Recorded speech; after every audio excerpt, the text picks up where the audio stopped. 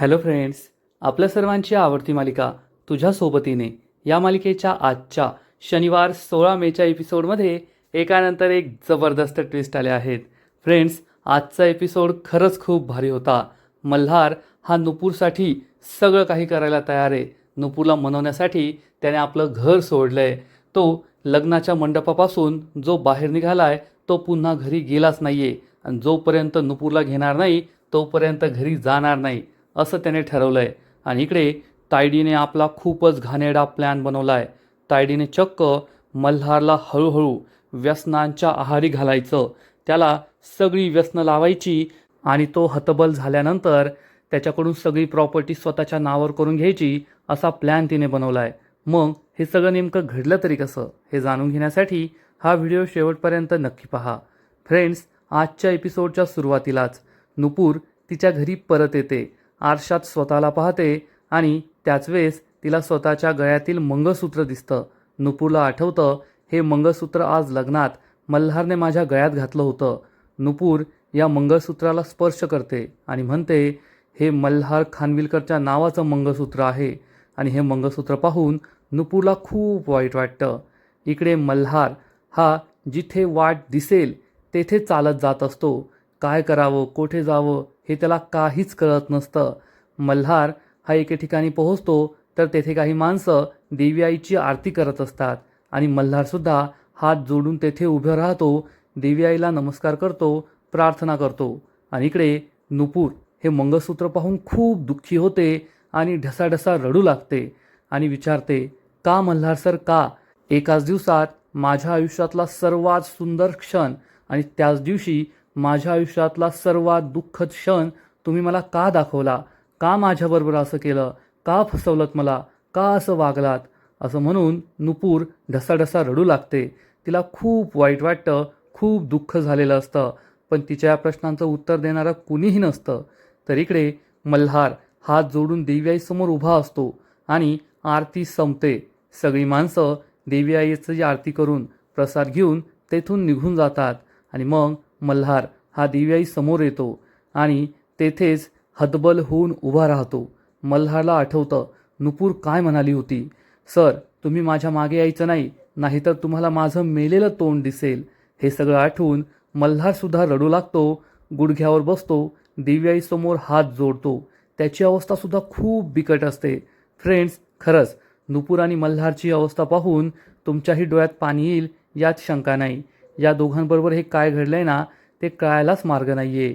मल्हारला आठवतं की नुपूरला तो समजवण्याचा प्रयत्न करत होता, तेव्हा नुपूर त्याला म्हणाली होती, सर हात लावायचा नाही, स्पर्श करायचा नाही. मल्हार देवी आईसमोर हात जोडतो. मल्हारला आठवतं नुपूर त्याला काय म्हणाली, मल्हार सर मला असं वाटत होतं तुम्ही माझ्या मनातलं ओळखता, तुम्ही खूप समजूतदार आहात, तुमचं माझ्यावर प्रेम आहे, पण तुम्ही तर खूप मोठे फ्रॉड निघालात, खोटारडे आहात, तुम्ही विश्वासघातकी आहात.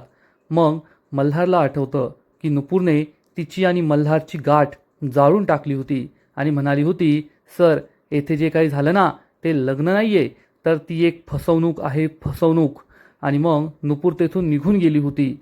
हे सगळं आठवून मल्हार ढसाढसा रडू लागतो, देवी आईसमोर नतमस्तक होतो. आणि इकडे नुपूरची अवस्थासुद्धा तशीच असते. नुपूरसुद्धा ओक्साबोक्सी रडत असते, खूप दुःखी असते. मल्हार हा देवी आईला प्रार्थना करत असतो आणि त्याच वेळेस एक जोगतीन तेथे येते, मल्हारच्या खांद्यावर हात ठेवते. मल्हार उठून उभा राहतो आणि ही जोगतीन मल्हारला समजावून सांगते, पोरा निराश होऊ नको, ही तुझ्या श्रद्धेची, तुझ्या भक्तीची परीक्षा आहे. तू देवी आईसमोर नतमस्तक झालाय ना, आता तिच्यावर विश्वास ठेव. तुझ्या मनात पाप नाही आहे, तुझ्या मनात जे काही आहे ना ते फक्त प्रेम आहे आणि फक्त तुझ्या प्रेमावर विश्वास ठेव. देवी आई तुला जे हवंय ना ते एक दिवस नक्की देईल. असं म्हणून ही जोगतीन मल्हारच्या डोक्याला देवी आईचा भंडारा लावते. मल्हार देवी आईला नमस्कार करतो आणि आता पुढे सगळं काही देवी आईच्या मर्जीनेच होईल असं त्यालाही वाटतं. आणि इकडे तायडी आणि तायडीचा बाप खूप खुश असतात. तायडीचा बाप म्हणतो, वा तायडे वा, काहीच तुझ्या मनासारखं होत नव्हतं, पण शेवटी तू बाजी पलटवली. आधीच त्या मल्हारला संजनाचं दुःख होतं आणि आता या नुपूरचं दुःख. संजना ही लग्नाच्या आधी पळून गेली आणि ही नुपूर लग्न झाल्यानंतर पळून गेली. आता तो मल्हार संपला, आता तो काय जगत नाही. तेवढ्यात तायडी म्हणते, बाबा काय करताय तुम्ही, घरात आहोत आपण, एवढ्या जोरात बोलताय, किती वेळ सांगायचं तुम्हाला हळू बोलत जा. अविनाश म्हणतो, हो हो हळू बोलतो, पण तायडे तू जिंकलीस, मल्हार आता संपलाय, अजून तो घरीसुद्धा आलेला नाहीये. तायडी म्हणते, बाबा मला एक आयडिया सुचतीये, मल्हार अजून घरी आलेला नाहीये, मग मल्हार घराबाहेर असताना सुद्धा काही होऊ शकतं, त्याचा जीव जाऊ शकतो. हे ऐकून अविनाशला आश्चर्य वाटतं. तर तायडी म्हणते, नाही नाही नाही नाही, एवढी घाई करायला नको, मी आहे ना त्याला इतक्या सोप्यात नाही मारणार, मला त्याचा बदला घ्यायचा आहे, मी सगळं हळूहळू करणार आहे. एकदा का तो मल्हार घरी आला, मग मी हळूहळू त्याला स्लो पॉयझन देणार, हळूहळू त्याच्या मनात हे बिंबवणार की मल्हार तुझा जगून काही फायदा नाही रे, आधी संजनाने असं केलं आणि मग आता त्या नुपूरने असं केलं, मग तो दिवसेंदिवस आणखीन दुःखी होईल. हे सगळं कोण करणार? अविनाश म्हणतो, तू. तायडी म्हणते, मग कोण? मीच. मग तायडी म्हणते, त्यानंतर हळूहळू मी त्याला व्यसनांच्या आहारी पाडणार, त्याला सगळी व्यसनं लावणार. हे करणार कोण? अविनाश म्हणतो, तू. तायडी म्हणते, मग कोण? मीच. तायडी सांगते, आणि मग एकदा का तो व्यसनांच्या आहारी गेला, हळूहळू त्याची जगायची इच्छा संपून जाईल, जगूच नये असं त्याला वाटणार, आणि मग त्यानंतर त्याची सगळी प्रॉपर्टी नावावर करून घेणार कोण? अविनाश म्हणतो, तू. तायडी म्हणते, मग मी, दुसरी कोण? तायडी ही खरंच खूप भारी ॲक्टिंग करते, खूप खुश असते. तायडी म्हणते, बाबा सगळी प्रॉपर्टी मी माझ्या नावावर करून घेणार आणि शेवटी तुमचा बदला घेणार. फ्रेंड्स, तायडी ही अविनाशला म्हणते की मी तुमचा बदला घेते. आपल्या सगळ्यांना माहिती आहे की मालिकेच्या सुरुवातीला हे सांगितलं गेलं होतं की मल्हारच्या आईवडिलांनी अविनाशला म्हणजे तायडीच्या वडिलांना, तायडीच्या आईला आणि तायडीला घरातून हाकलून दिलं होतं, कारण तायडीचे वडील हे बिझनेसमध्ये घोटाळा करत होते. पण शेवटी प्रत्येकाला असंच वाटतं की मी योग्य आणि समोरची व्यक्ती चुकीची, आणि याच गोष्टीचा बदला तायडीला घ्यायचा आहे. तायडी अविनाशला म्हणते, बाबा तुमचा बदला मी घेणार, मल्हारच्या वडिलांनी तुमच्याबरोबर जे काही केलं ना ते खूप चुकीचं केलं होतं, आणि त्याचा सूड आता मी उगवणार, मल्हार खानविलकरला मी संपवणार. तायडीच्या बापाच्या डोळ्यातसुद्धा पाणी येतं, आग असते, राग असतो. तायडी चिडून म्हणते, Malhar Khanvilkar you are finish. हे ऐकून तायडीचा बाप खूप खुश होतो, आणि त्याच वेळेस रेवती मावशी तेथे येते आणि तायडीला आवाज देते, तायडे. हे ऐकून अविनाश आणि तायडी खूप घाबरतात. अविनाश घाबरून मागे वळून पाहतो, तर तायडी विचार करते, अरे देवा, या रेवतीने सगळं ऐकलं की काय? सगळं मनासारखं होतंय, आणि जर या रेवतीने सगळं ऐकलं असेल ना, मग मात्र या रेवतीला मारावं लागणार. रेवती, जर तू ऐकलं असेल ना तर तू खूप चुकीच्या वेळेस आली आहे, आणि आता तुझा जीव जाणार. असा विचार करून तायडी तेथे टेबलवर ठेवलेला एक फ्लॉवर पॉट हातात घेते आणि मागे वळून पाहते. रेवती मावशी तिच्याकडे रागारागाने पाहत असते. म्हणजे तायडीने ठरवलंय, जर रेवती मावशीने सगळं ऐकलं असेल आणि तिने जर तायडीला जाब विचारला तर तिच्या डोक्यात हा फ्लॉवर पॉट घालायचा आणि तिचा जीव घ्यायचा. आणि इकडे नुपूरच्या घरी नुपूर ही देवीआईसमोर हात जोडते, खूप दुःखी असते, तिलासुद्धा मनशांती हवी असते. घराचा दरवाजा उघडा असतो आणि त्याच वेळेस मल्हार नुपूरच्या घरी पोहोचतो. नुपूर नुपूर अशी हाक मारतो. नुपूरला खूप राग येतो की मल्हार घरी आलाय. मल्हार नुपूरला म्हणतो, नुपूर एकदा माझं ऐकून घे, मला समजून घे. पण नुपूर त्याच्या तोंडावर दरवाजा बंद करते. मल्हारला खूप वाईट वाटतं. नुपूर दरवाजा बंद करून आतमध्ये जाऊ लागते. तेवढ्यात मल्हार खिडकीतून नुपूरला आवाज देतो, नुपूर प्लीज माझं म्हणणं एकदा ऐकून तरी घे. पण नुपूर त्याच्याकडे रागारागाने पाहते आणि खिडकीसुद्धा बंद करून घेते. नुपूर खूप दुःखी असते. मल्हारच्या तोंडावर दरवाजा बंद करून घेतला, मल्हारचं काही ऐकून घेतलं नाही, याचं दुःख नुपूरला सुद्धा झालेलं असतं आणि ती रडू लागते. इकडे मल्हारसुद्धा खूप दुःखी होतो की नुपूर माझं काहीच ऐकून घ्यायला तयार नाहीये. तो तेथे घराबाहेरच बसतो. आणि इकडे नुपूर दुःखी असते तर मीना तिथे येते तिच्या जखमेवर मीठ चोळायला, आणि तिला अतिशय उद्धटपणे म्हणते, अरे रे रे रे नुपूर, हे काय झालं तुझं? आधी तू त्या वेदांशी लग्न करण्याचा प्रयत्न केला, त्याची उष्टी हळद तुला लागली आणि तो बिचारा देवाघरी गेला, आणि आता या मल्हारच्या नावाचं तर मंगळसूत्र तुझ्या गळ्यात आहे. आता त्याचं काय होईल देव जाणे. नुपूर, तू आहे ना खूप मोठं स्वप्न पाहिलं बंगल्यात जाण्याचं, पण शेवटी काय झालं, येथे या चाळीत येऊन पडली आहे, कारण त्या बंगल्यात जाण्याची ना तुझी लायकी नाही आहे, लायकी. आणि माणसाने आपली लायकी ओळखूनच करावं, पण तू लायकीपेक्षा मोठं करण्याचा प्रयत्न केलं आणि आज तुझी ही अवस्था झाली आहे. नुपूर खूप चिडते आणि म्हणते वहिनी. तर मीना ओढून म्हणते, ए वहिनी काय वहिनी, माझ्यावर ओरडायचं नाही, स्वतःच्या फुटक्या नशिबावर ओरड, वहिनी म्हणे. असं म्हणून मीना तेथून निघून जाते. नुपूरला खूप वाईट वाटतं आणि नुपूर रडू लागते. इकडे मल्हार हा घराबाहेरच उभा असतो. नुपूर काही आपलं ऐकून घ्यायला तयार नाही आहे, पण जोपर्यंत नुपूर माझं म्हणणं ऐकून घेत नाही, समजून घेत नाही, तोपर्यंत मी कोठेच जाणार नाही असा विचार करून मल्हार तेथेच थांबतो. आणि इकडे रेवती मावशी तायडीच्या रूममध्ये येते. तायडीने हातात फ्लॉवर पॉट ठेवलेलाच असतो. आता ही काय बोलली, काहीच्या डोक्यात फ्लॉवर पॉट घालायचा आणि हिला संपवायचं असं तिने ठरवलेलं असतं. आणि रेवती मावशीने काहीच ऐकलेलं नसतं. रेवती मावशी म्हणते, तायडे तुला मल्हारबद्दल काही माहिती आहे का? मल्हार अजून घरी आलेला नाही आहे. तायडीला समजतं हिने काही ऐकलेलं नाही आहे आणि तायडी आपला फ्लॉवर पॉट जागेवर ठेवून देते आणि मग सासूतपणाचा आव आणून विचारते, काय मल्हार अजून घरी आलेला नाही आहे? तर रेवती मावशी म्हणते, हो ना गं, हॉलमधून तो जो बाहेर पडला तो अजून घरी आलेला नाही आहे. मी सगळ्यांना कॉल करून विचारलं पण कोणालाच माहीत नाही आहे. मला तर खूप काळजी वाटते आहे. कुठे गेला असेल, काय करत असेल? तायडी, अरे देवा, माझा मल्हार कुठे गेला असे एक्सप्रेशन देते. अविनाश म्हणतो, रेवती तू टेन्शन घेऊ नको, मल्हारला खूप मोठा शॉक बसलाय, असेल कुठेतरी, येईल थोड्या वेळाने. तर रेवती मावशी म्हणते, नाही तायडे, मला खूप भीती वाटते. आपल्याला आता मल्हारला शोधण्यासाठी वेगळे प्रयत्न करावे लागतील. तायडी म्हणते, हो हो नक्कीच, माझ्या भावाला शोधण्यासाठी मला वेगळे प्रयत्न करावेच लागतील. हे सगळे ना त्या नुपूरमुळे झालंय. नुपूरमुळे मल्हारला अजून काय काय बघावं लागणार आहे, किती दुःख होणार आहे ना, मला कळतच नाहीये. मला तर भीती वाटतेय, मल्हारला एवढा मोठा शॉक बसलाय, त्याने जर आपल्या जीवाचं काही बरं वाईट. रेवती मावशी म्हणते, नाही नाही तायडे, असं काही अभद्र बोलू नको. तायडी म्हणते, नाही नाही नाही, असं काही होणार नाही, मी असं काही बोलणार नाही. रेवती मावशी तू थांब, मी ना आपल्या माणसांना कॉल करते आणि त्यांना लवकरात लवकर मल्हारला शोधायला सांगते. आणि तायडी ही बंद असलेल्या मोबाईलवर 2-3 वेळेस बोट दाबते, जसं काही ती कॉलच करते असं नाटक करते आणि फोनवर बोलण्याचं नाटक करते. आत्ताच्या आत्ता मल्हार सरांना शोधायला आपली माणसं पाठवा. मल्हार सर अजून घरी आलेले नाही आहेत, संपूर्ण मुंबईत त्यांना शोधा. आणि तायडी फोन कट करण्याचं नाटक करते. रेवती मावशीला तेवढंच बरं वाटतं.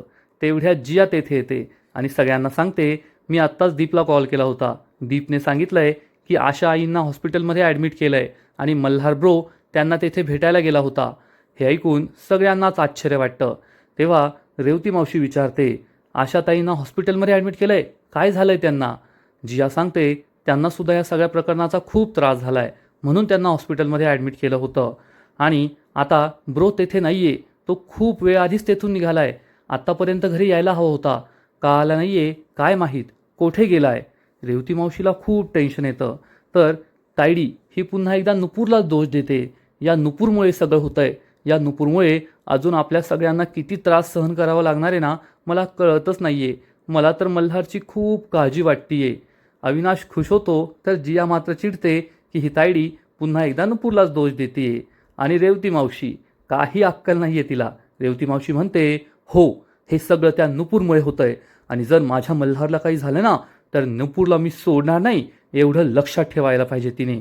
तायडी खूप खुश होते की वा, हिला तर खरंच काहीच कळत नाही, बावट एक नंबरची.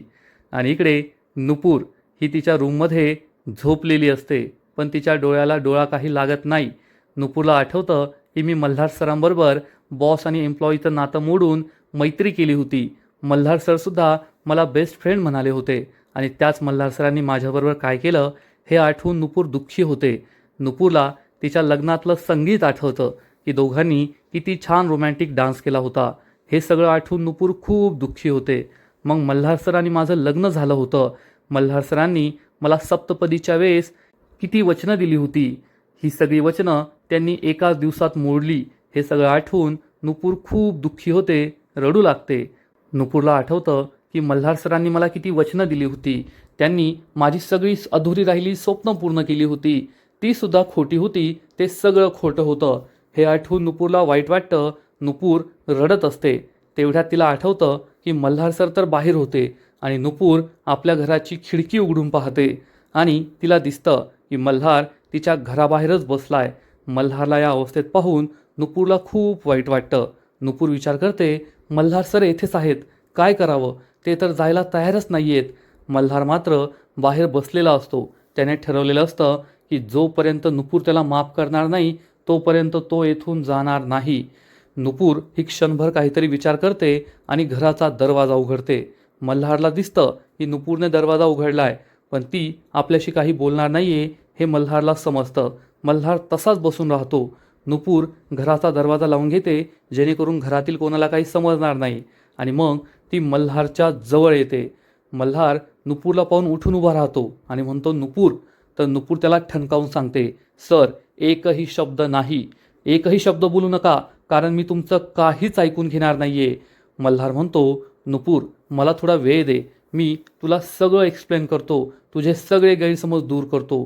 तर नुपूर म्हणते, नाही सर, माझे कोणतेच गैरसमज झालेले नाहीये, मला तुमचं सत्य कळलंय. मल्हार खानविलकरचा खरा चेहरा ओळखलाय मी. आणि तुम्हाला खरं सांगू ना, तर मला आता तुमच्याशी बोलण्याची, तुमच्याबरोबर राहण्याची काहीच इच्छा नाही आहे. हे लग्न, हे मंगळसूत्र, हे सगळे फक्त माझ्यासाठी फसवणूक करून झालेले विधी आहेत. त्यामुळे मी ते मानत नाही. आता मी ती जुनी नुपूर नाही राहिली आहे की जिच्याशी तुम्ही इमोशनल बोलाल, 2-4 गोष्टी बोलणार, मला समजून सांगणार आणि मी लगेच ऐकेल. ही नुपूर आता पूर्णपणे बदलली आहे आणि ती तुमच्यावर कधीच विश्वास ठेवणार नाही, कधीच नाही. हे ऐकून मल्हारला खूप वाईट वाटतं. नुपूर रागारागाने जाऊ लागते तर मल्हार तिला ठणकावून सांगतो, नुपूर तुझा हा जो गैरसमज झालाय ना तो मी लवकरच दूर करेल. तुला सांगेल की तू माझ्याबद्दल जो विचार करते ना तो कसा चुकीचा आहे आणि त्या दिवशी तुला तुझ्या या वागण्याचा पश्चाताप होईल. कारण तू मला बोलण्याची संधी देत नाहीये, माझं काहीच ऐकून घेत नाहीये. पण ज्या दिवशी तुला संपूर्ण सत्य कळेल ना त्या दिवशी मी चुकीचा नव्हतो, मी जे काही केलं ते योग्य केलं हे तुला सुद्धा समजेल. नुपूरला खूप राग येतो आणि नुपूर ही मल्हारला ठणकावून सांगते, सर असं कधीच होणार नाहीये. मल्हार तिला म्हणतो, नुपूर मी येथून जाणार नाहीये, तुला घेतल्याशिवाय तर नाहीच नाही. आता मी तुला घेऊनच माझ्या घरी परत जाईल. नुपूर म्हणते, मग सर आयुष्यभर तुम्ही येथेच राहाल, कारण मी तुमच्या घरी तुमच्याबरोबर कधीच येणार नाही. असं म्हणून नुपूर खूप रागारागाने आपल्या घरात जाते, घराचा दरवाजा लावून घेते. मल्हारला वाईट वाटतं आणि इतका वेळ मल्हारसमोर मी खूप खंबीर आहे असं दाखवणारी नुपूर घरामध्ये जाऊन ढसाढसा रडू लागते. नुपूरला सुद्धा हे सगळं बोलून, मल्हारशी असं वागून खूप दुःख झालेलं असतं, पण ती मल्हारसमोर आपलं दुःख दाखवू शकत नाही. नुपूर रडू लागते. तिला हे सगळं दुःख सहन होत नाही. आता तिला वेदांची आठवण येत नाही. आता तिला फक्त मल्हारने जे काही केलंय, माझा किती मोठा विश्वासघात केलाय, माझ्याबरोबर प्रेमाचं नाटक केलं, मला फसवलं, हे सगळं आठवत असतं आणि नुपूर रडत असते. आणि मल्हारला कळतच नाही की नुपूरला कसं समजवायचं. नुपूर एवढ्या लवकर ऐकणार नाहीये हे त्यालासुद्धा माहिती आहे, पण जोपर्यंत नुपूर ऐकत नाही, समजून घेत नाही, तोपर्यंत मी सुद्धा येथून हलणार नाही असं तिने ठरवलेलं असतं. आणि मग दुसरा दिवस उजाडतो. नुपूर ही तशीच दरवाजाजवळच झोपी गेलेली असते. नुपूरला जाग येते आणि काल काय काय घडलं हे सगळं नुपूरला आठवतं. नुपूरला हे सुद्धा आठवतं की मल्हार काल रात्री आपल्या घराबाहेरच होता. नुपूर विचार करते, मल्हार सर अजून बाहेरच असतील की घरी गेले असतील. हे पाहण्यासाठी नुपूर उठून उभी राहते आणि घराची खिडकी उघडते. बाहेर डोकावून पाहते तर तिला मल्हार कोठेच दिसत नाही. नुपूरला वाटतं की गेले वाटतं घरी, बरं झालं. आणि आजचा एपिसोड येथेच संपतो. फ्रेंड्स, तुझ्या सोबतीने या मालिकेचा आजचा एपिसोड खरंच खूप भारी होता, खूप इंटरेस्टिंग होता. रेवती मावशी ही मरता मरता वाचली आहे. जर ती अजून 10 सेकंद लवकर आली असती आणि तिने सगळं ऐकलं असतं ना तर आज रेवती मावशी ढगात असती, एवढं मात्र खरं. तायडी खूप डेंजरस आहे, तिच्यापासून वाचून राहिलं पाहिजे. आणि मग मल्हार हा पराकोटीचे प्रयत्न करतोय नुपूरला समजवण्याचे, पण नुपूर काही समजून घेईल असं वाटत नाही, एवढं मात्र खरं. फ्रेंड्स, तुझ्या सोबतीने या मालिकेचा आजचा एपिसोड तर खूप भारी होता, पण पुढील एपिसोड आणखीन भारी असणार आहे आणि कदाचित मल्हारच्या प्रयत्नांना यश येणार आहे. मग नेमकं घडणार तरी काय, तर पुढील एपिसोडमध्ये आपण पाहू की नुपूरला असं वाटलंय की मल्हार सर त्यांच्या घरी निघून गेले, पण मल्हार घरी गेलेला नाहीये, तर मल्हार तेथेच थांबलाय नुपूरच्या चाळीत. आणि नुपूर जेव्हा आशाला भेटायला घराबाहेर पडणार तेव्हा मल्हार तेथेच झाडाखाली बसलेला असेल. मल्हार नुपूरशी बोलण्याचा प्रयत्न करेल, पण नुपूर ही रिक्षात बसून निघून जाईल. मग थोड्या वेळाने नुपूर घरी परत येईल, तर मल्हार चक्क एका मोठ्या कागदावर सॉरी असं लिहून ते कागद हातात पकडून नुपूरच्या घराबाहेर उभा राहणार. कारण मल्हारला माहिती आहे नुपूर काय त्याचं ऐकून घेत नाहीये. मग जे काही सांगायचंय ते असं लिहूनच दाखवावं लागेल. नुपूर हे पाहणार खिडकीमधून, पण ती पुन्हा एकदा मल्हारच्या तोंडावर खिडकी लावून घेईल. पण मल्हारने आता ठरवलंय, नुपूरने जरी माझं ऐकून घेतलं नाही तरीसुद्धा मी आता येथेच थांबणार. आणि मग मल्हार चक्क या मे महिन्याच्या उन्हात, मुंबईच्या उन्हामध्ये, या उन्हातच उभा राहणार, काहीही खाता न पिता. काल सकाळपासून, लग्नाच्या दिवसापासून त्याने काही खाल्लेलं नाहीये आणि तो तसाच उन्हात उभा असेल. आणि या उन्हाच्या तडाख्याने मल्हारला चक्कर येणार, मल्हार खाली कोसळेल. चाळीतली माणसं मल्हारची मदत करण्यासाठी तेथे येतील. नुपूरसुद्धा तेथे येईल आणि मल्हारला पाणी पाजण्याचा प्रयत्न करेल. तर मल्हार तिचा हात पकडणार आणि तिला विचारणार, नुपूर, तुझं माझ्यावर प्रेम आहे का? आणि जर प्रेम असेल तरच मला हे पाणी पाज, प्रेम नसेल तर मला मरू दे. मी मेलो ना तरी मला फरक पडत नाही, कारण मला तुझं प्रेम हवंय. तुझ्या प्रेमाशिवाय तसंही या आयुष्याला काहीच अर्थ नाहीये. हे ऐकून नुपूरला जबर धक्का बसणार. मग नुपूर हे कबूल करेल का? हो सर, माझं तुमच्यावर प्रेम आहे. आणि मग हे कबूल केल्यानंतर मल्हार तिला आपल्या घरी घेऊन जाईल का? नुपूर त्यासाठी तयार होईल का? हे सगळं पाहायला खूप मजा येणार आहे. तर फ्रेंड्स, तुम्हाला सुद्धा तुझ्या सोबतीने ही मालिका आवडते का? नक्कीच कमेंट करून सांगा.